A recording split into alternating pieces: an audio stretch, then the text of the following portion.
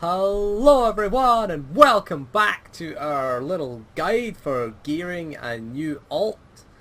Well, not a new alt, a brand new level 55. This is from the point of view of the brand new level 55 that we're doing. So as you can see, the last time we left off I had, 21.9k HP. All I have done is the Zerka weekly quest. I basically went through the entire Zerka dailies and did the weekly quest. So what have we gained from this?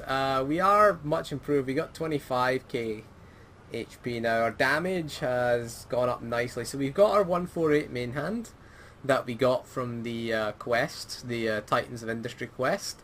I got enough basic comms to buy a black market bracers. I didn't buy I chose to buy the bracers because I got a belt from the tactical flashpoints. I got a belt, I got a 156 gloves from the box that you get. The other box I got a tank shield, which is kind of useless. I'll just put that in the legacy storage, see if anyone wants to use that, see if we have any alts that can use that. But again, that's the downside to that. So I did get one useful thing and one useless thing. I also got a 148 implant, but other than that everything, and they also got an offhand as well, but other than that everything is the same. Still got the 140 things. So we managed to get a reasonable amount of gear in about an hour's worth of gameplay. I mean, it took slightly longer because I couldn't get the queue to pop quickly enough. So we are now geared enough to go to Oricon. We've got about, I'd say our average is about 148 really. We've got a 162 piece. Again, I just bought this because it was the lowest item level that I had. The one I had was item level is 82, so 82 to 162 is a massive increase. So that's why I went for that. Again, you could, if you get the belt, because I already had the 148 belt. 148 to 156 isn't a big upgrade, that's why I went for the bracers, but I managed to get 99 basic comms from doing that. I still got 34 left.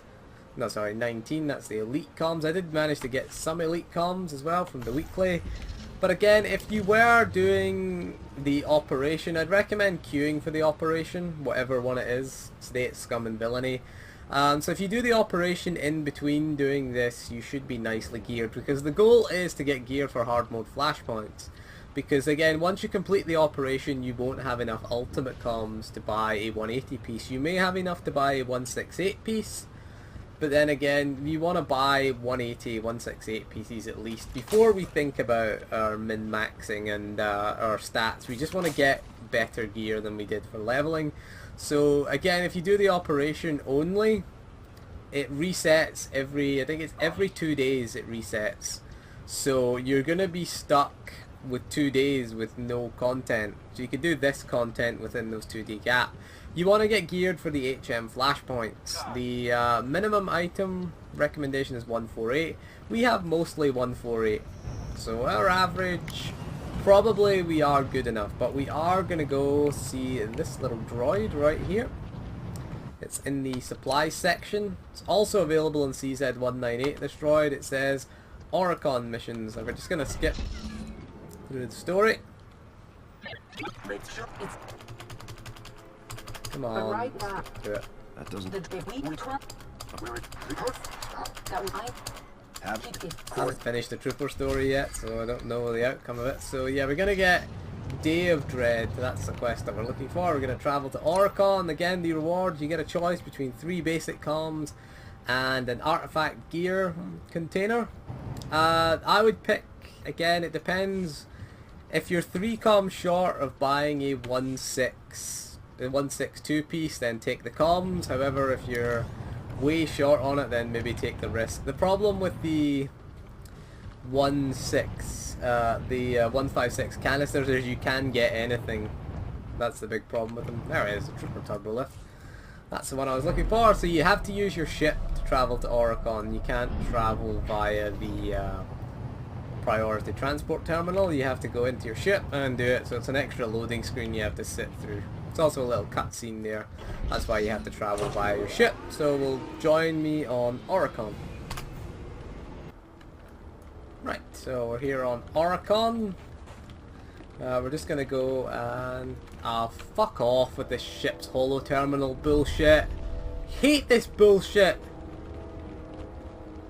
Right, don't just exit your ship. See, that's the thing, when you become when you don't give a shit about the story anymore, you sort of want to just get there. Fucking hell. Hate this shit. Right, that was a fucking pointless cutscene. Alright, so we're gonna go talk to Sergeant Trilla. Just gonna spacebar through this. Come on, don't crash. Okay, just sit there. Okay. Alright. This game would be a bit more stable. So then I'm gonna take the artifact gear because I just spent some comms. What did we get? We got a willpower tanking piece. It's always a risk. A willpower tanking earpiece, something we can't use. Well, at least we can sell it on the GTN, I suppose, because it is BOE. So the only good thing about these things is they are BOE. So you're gonna do these daily quests on Oricon. They become dailies after a while. So you'll see that you will get 156 stuff as the quest rewards. Now we're not gonna go through all of them. I am just gonna go through the boss guides. Whoa, that has less aim in it than that one. That one's the exact same. I guess we'll just get stuff for Alara then from this one. So you will get, I think it's the head, chest, boots and pants you will get at 156. That coupled with the gear I already have is enough to run HM flashpoints. Should be enough to get into any story mode op, so you're not at the mercy of the group finder. So we will just do the boss guides, the 3 solo bosses. I'm not going to bother doing the heroic either. Again, if you can find a group for that, find a group. If you're geared enough, you can solo it as well. But we will join me again when we're at the first boss, which is the Corrupted Bothrium Beast.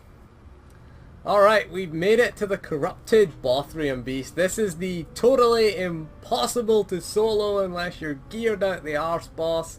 And you can see, look at the group invites that I've had. I've had quite a few of them. If you scroll chat, I got a few messages from people saying, oh, help me with this boss. No, it's a simple boss fight, okay? What's going to happen is he's going to use an ability called Extract. And you're going to interrupt that ability. Okay, you got to know what your interrupt is. In my case, it's Disabling Shot. Okay, get your interrupt keybound. Get it used. We're going to pop that little stim because it makes, it gives us over 1,000 damage. So what we're going to do here is just going to DPS him down. We are going to interrupt the extract because what the extract does is it heals him to full and drains your health. So it doesn't matter how much DPS you've got, it will always heal it to full. You could try it in 180 gear. I've tried it in 180 without doing the interrupt. And yeah, you still fail at this boss. People keep saying, yeah, you need a group. No, you need to solo it. Again, I am in 148 and 140 gear. This is all gear that I have obtained from leveling in the past couple of hours. From just being a fresh 55, that is. Right, so let's get on with this. Also there will be an ad. You just have to kill the ad. Basically, if you're having trouble targeting, again, use a non-targeting ability like Pulse Cannon, for example. You know, would be a good one to use. Right, let's get on with this. See how hard he is. There it is, Extract, it's interrupted. Obliterate will hit you quite hard.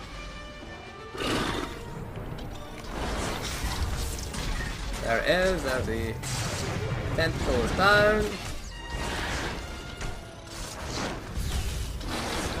Just building up our charges.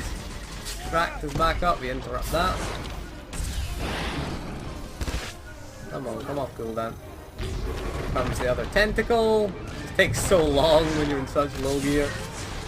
There you go, tentacles down.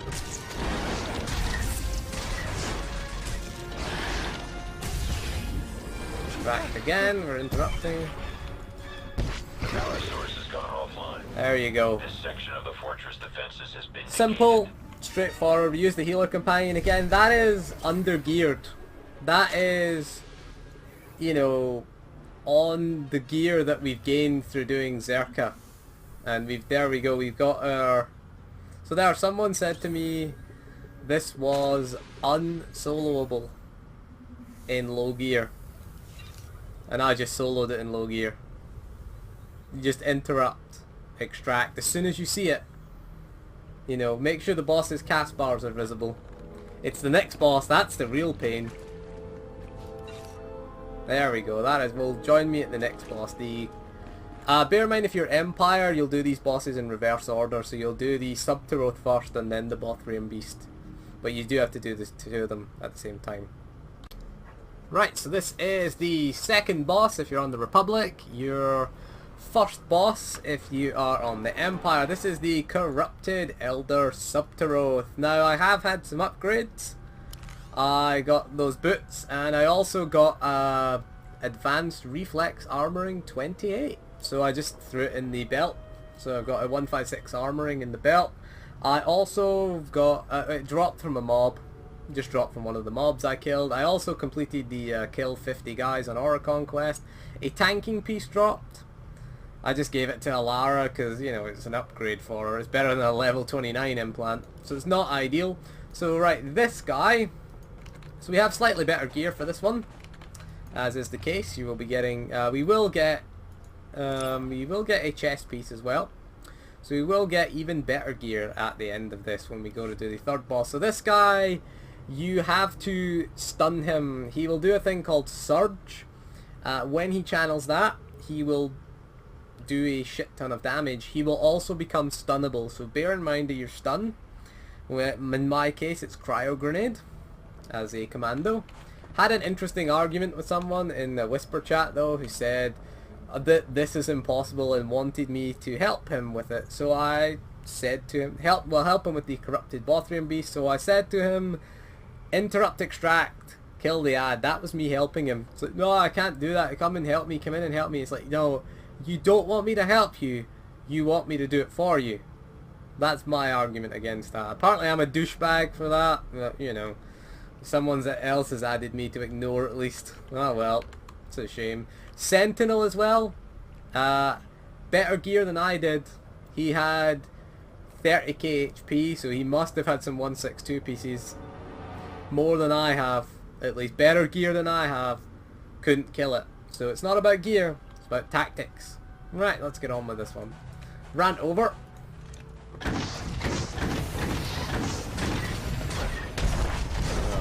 Getting interrupted. At least it's not on the clock.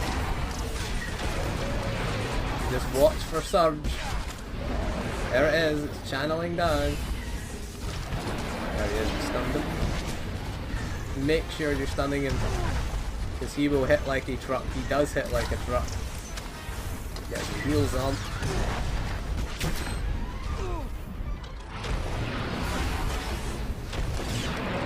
What happens if your stun's on cooldown?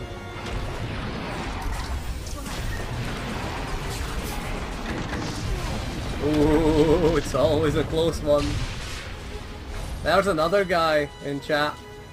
Kill the Corrupted Bothrian Beast. It's not hard. You interrupt, extract. I did a video on it. The video I put out. I did a video on the day that came out. The day it came out. That was way back. That was over a year ago. It's my most viewed video on my channel. Check it out. One of my most viewed videos. There we go, so we're going to the third and final boss, and that's the hard boss. It should be okay as a commando though, because we have a stun and a knockback, so it shouldn't be too hard. So join me at Commander Zoron. Alright, welcome to the hardest boss. This is the final boss of the solo bosses. This guy is a pain in the arse, let me tell you. Should be okay as a commando. We do have a healer companion, so what we're going to do, he does stun you. You have to interrupt either of his two channeled abilities, and you have to stun him. So you're going to have to use both your interrupt and your stun. As a commando, we do have a knockback. Use that as well as an interrupt. Pretty handy. So we don't have a lot. Again, certain classes find this really difficult. Marauders in particular, this can be a pain in the arse for a Marauder. But this one, we're going to give it a go. What we're going to do here is send our companion in to get stunned first. Oh, we are... that one. That's the button for our companion. She will CC him. Push him away. So we can get our being stunned. We're going to break out of our stun. Double stun starts that fucking pop a defensive cooldown. Right, so we just this one we need to interrupt.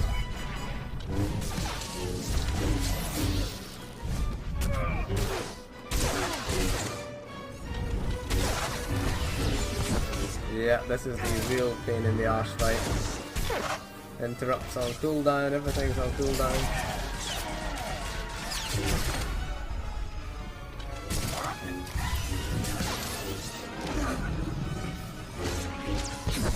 Gonna pop for another defensive cooldown. Also gonna pop heroic moment for this one.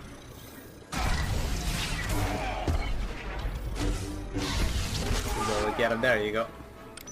There you go. We had to pop everything. Don't forget, use absolutely everything if you're under geared for this one. Use your heroic moment. Use your defensive cooldowns. I used both of mine there. Don't forget your knockback, your interrupt. We didn't stun him though. That was the only mistake we made. Forgot to stun him, but yeah, using your stun, that'll come in handy. Right, so that is the last of the Oricon story missions. The final mission before the operation is a heroic mission. You can solo it, but you're going to need way better gear. Like, we are going to need 168 or 180 gear in order to do that one. And we're also going to need our companion to be at least 162 maybe for a companion. So that's a long way away. So if you can find a group for the heroic, it'll do you good. What you get after the heroic is you get the operations for Dread Fortress and Dread Palace, but after this quest is turned in, you will get a set of pants. So we now, after turning that in and getting the set of pants, you will now have enough gear to run an HM, to run the HM flashpoints. You should have enough, because the gear is 148 and you've just collected a bunch of 156 gear. So you now should have enough gear to do, and you should have enough gear at least to run a story mode operation outside of Group Finder at least. So you could now do all the operations. Again, you could do the heroic if you want. You don't really have to. If you got the PvP relics, there's no real point, unless you want the Tauntaun mount. You get the Tauntaun mount if you do the heroic quest. It is a heroic 2 quest. Recommended you find some other player to do it. I'm not going to do that in this guide, because this was a guide for gearing you for hard mode flashpoints, and that will succeed when you turn that in. You should have... You don't get the helmet, I should point out. What you do get for this is you get the chest, the gloves, the pants, and the boots is what you get. And all the other stuff I have managed to scavenge. You don't get a helmet unfortunately, but you should get enough basic comms for doing these quests.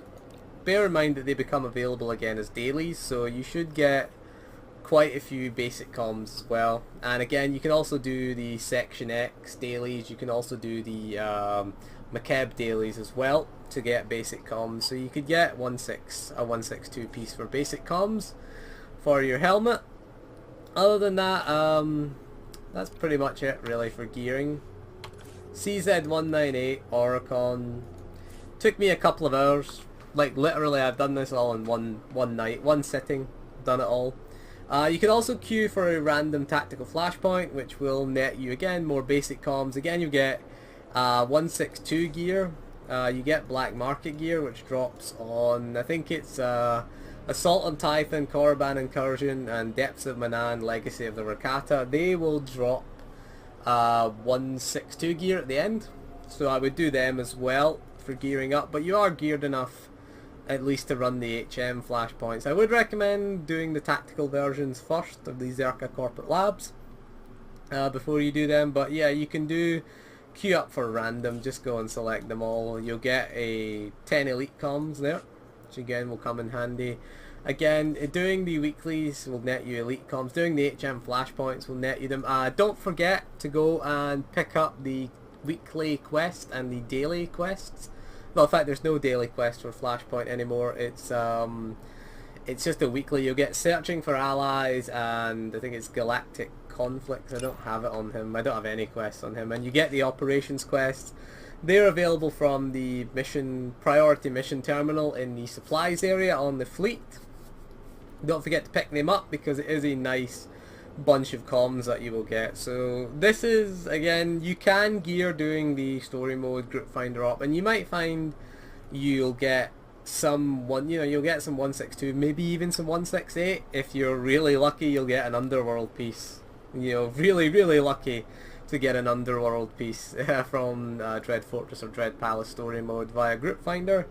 So anyway, that is all for this video. Hope you found it helpful. We will do another guide on how to gear up alts, which is a much smoother process than gearing up alts. It involves legacy gear, so I could have put him in at least full 168 gear.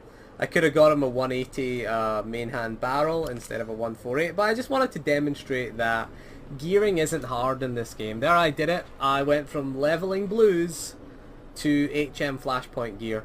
I still have to upgrade that one though, but I will get that when I turn that in. I just have to return to Sergeant Trilla and do the cutscene, and we'll get another 156. So we've got a full complement of 156. Again, I got lucky with a few drops as well. It was nice to get a few drops. You might be lucky, you might be unlucky, but the problem with going with the story mode ops is you're 100% RNG.